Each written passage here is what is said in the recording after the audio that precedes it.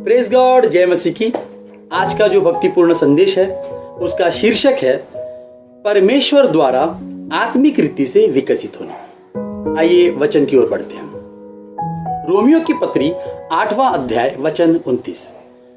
क्योंकि जिन्हें उसने पहले से जान लिया है उन्हें पहले से ठहराया भी है कि उसके पुत्र के स्वरूप में हो। ये वचन स्पष्ट रूप से कहता है कि परमेश्वर शुरुआत से ही ये चाहता था कि हम उसके पुत्र के स्वरूप में बने, मतलब हम आत्मिक रीति से विकसित हो।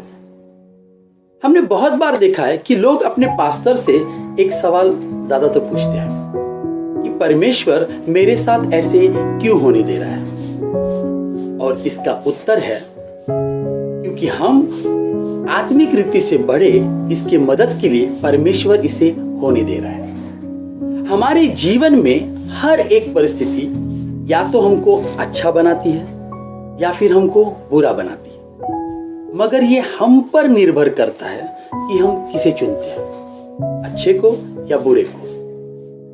मगर ऐसे परिस्थिति में हमको परमेश्वर से ये सवाल नहीं पूछना चाहिए कि परमेश्वर ऐसे हमारे साथ क्यों हो रहा है, बल्कि हमको ये पूछना चाहिए कि परमेश्वर इस परिस्थिति से तू हमें क्या सिखाना चाहता है।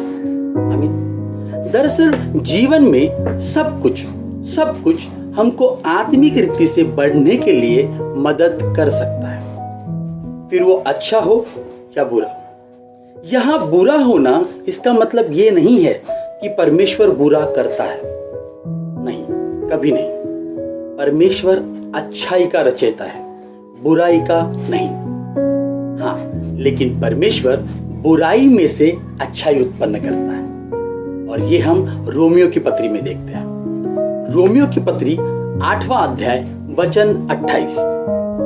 हम जानते हैं कि लोग परमेश्वर से प्रेम रखते हैं, उनके लिए सब बातें मिलकर भलाई ही को उत्पन्न करती है, अर्थात उन्हीं के लिए जो उसकी इच्छा के अनुसार बुलाए गए हैं।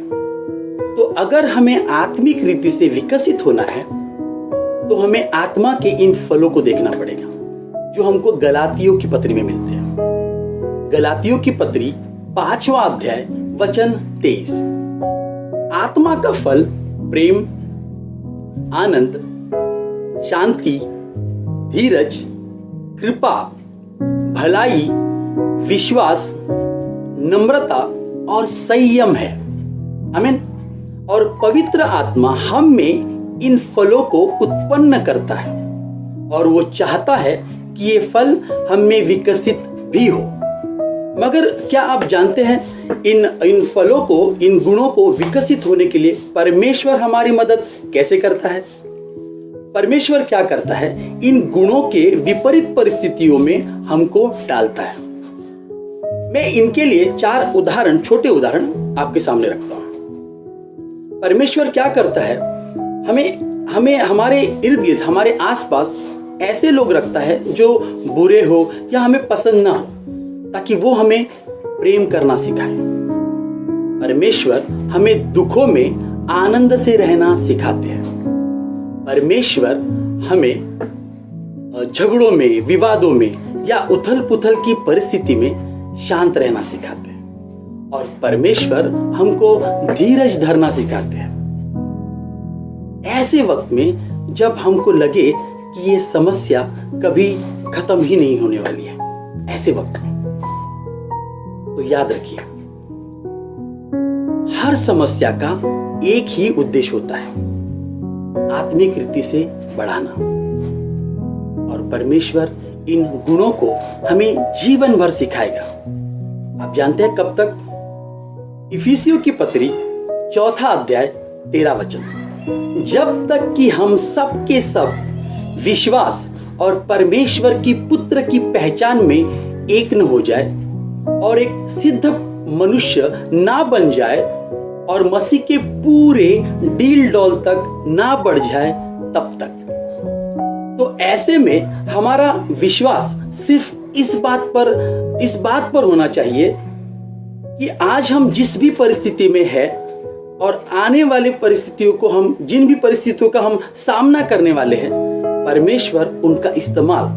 परमेश्वर उनका उपयोग हमें आत्मिक रीति से बढ़ाने के लिए करेगा, ताकि हम उसके पुत्र के जैसे बने, प्रभु यीशु मसीह के जैसे बने। आमीन।